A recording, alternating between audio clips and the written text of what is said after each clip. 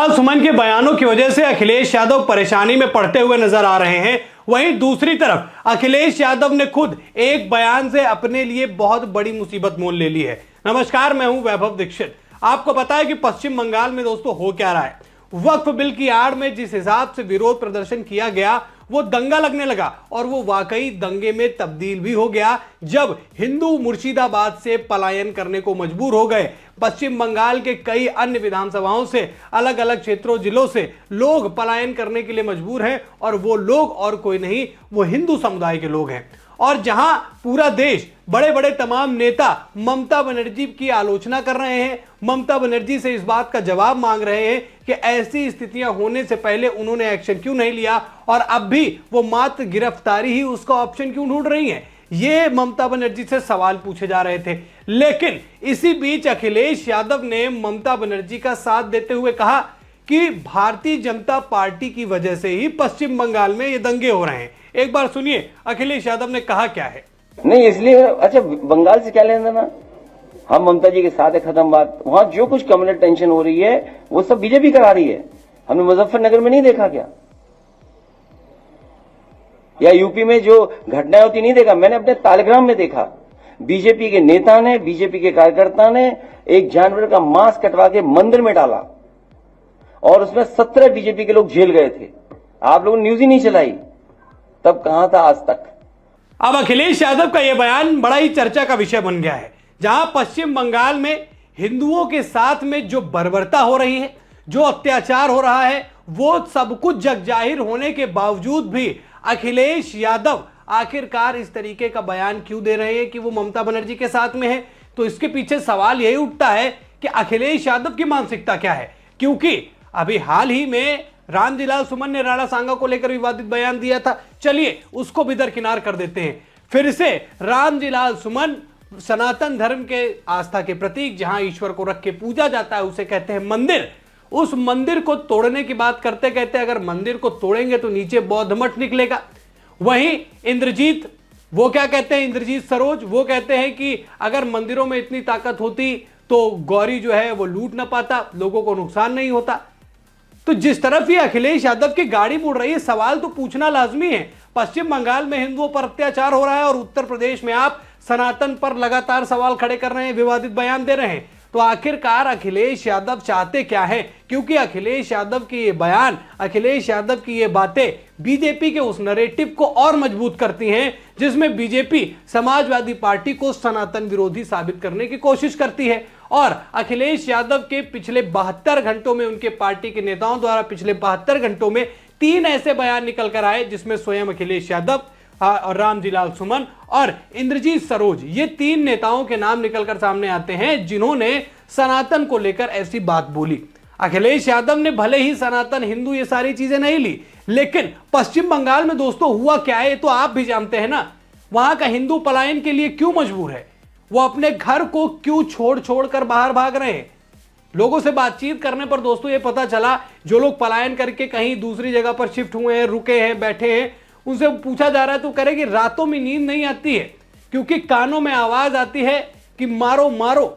इस वजह से अंदर दहशत बन गई है। और ऐसे में अखिलेश यादव कहते हैं कि हम ममता बनर्जी के साथ में हैं, जो हो रहा है बीजेपी करवा रही है। इसी तरह तो संभल में फिर समाजवादी पार्टी के सांसद जियाउर रहमान बर्क सबसे प्रमुख आरोपी में नामजद हैं।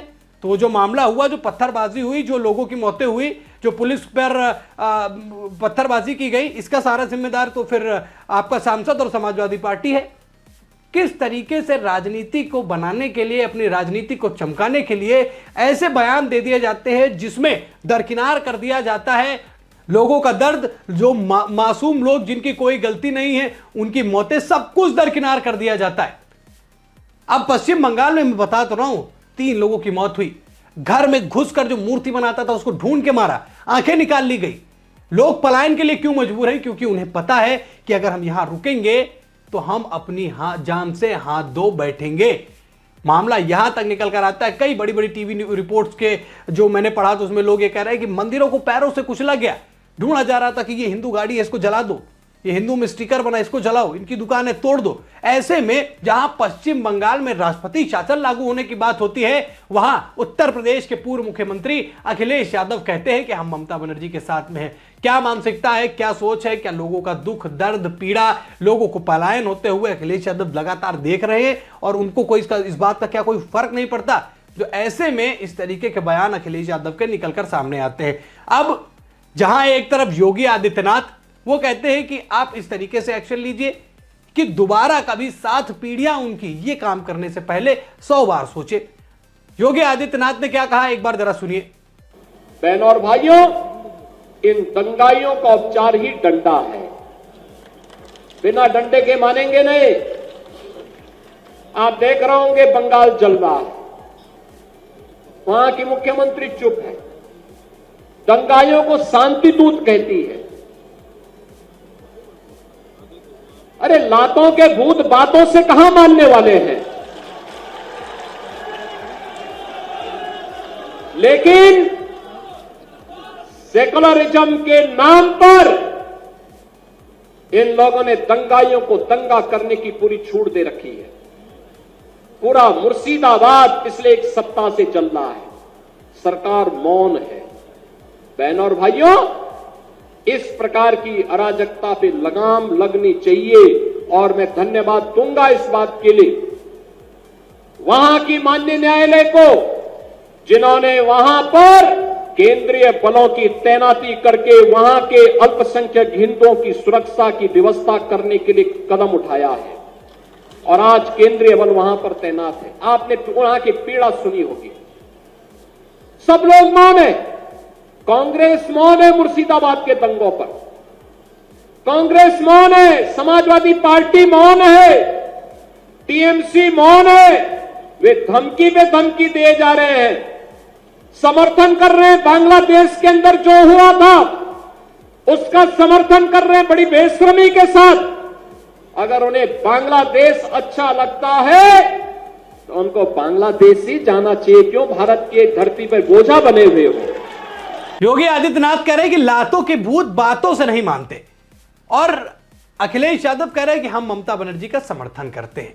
यह मानसिकता दिखाती है कि सनातन के प्रति, हिंदुओं के प्रति और खास तौर पर प्रदेश में जब ऐसी स्थितियां हो जाएं और खास वोट बैंक को मजबूत करने के लिए या फिर उसकी तरफ अपनी सहानुभूति दिखाने के लिए इस तरीके के कदम जो है वो लिए जाते हैं। मानसिकता का बहुत बड़ा असर है। लेकिन बात यहां किसी धर्म की नहीं, बात है यहां इंसानियत की। ना हिंदू मुस्लिम सिख ईसाई किसी की बात नहीं है। यहां अगर हिंदू मुस्लिम को भी इस तरीके की बात कहता या इस तरीके की हरकत करता तो वो भी लाजमी है, उस पर भी सवाल उठना चाहिए।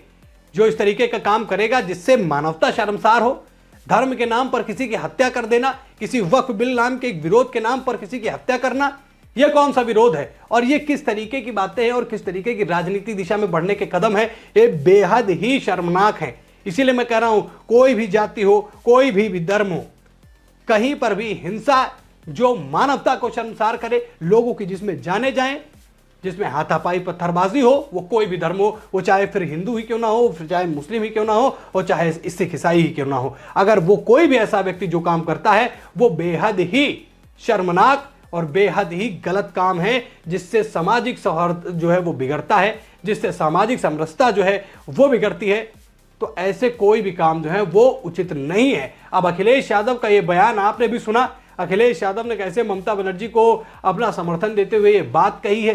क्या आपके हिसाब से अखिलेश यादव ने जो ये बात बोली है ये वाकई सही है या फिर अखिलेश यादव ने केवल सिर्फ और सिर्फ अपनी राजनीति और बीजेपी को घेरने के चक्कर में ये काम किया है? कमेंट करके जरूर बताइएगा दोस्तों। खबर में इतना ही। वीडियो को लाइक और शेयर करें, चैनल पर नए हैं तो चैनल को जरूर सब्सक्राइब कीजिएगा। फिर मिलते हैं एक नई खबर के साथ, तब तक के लिए धन्यवाद।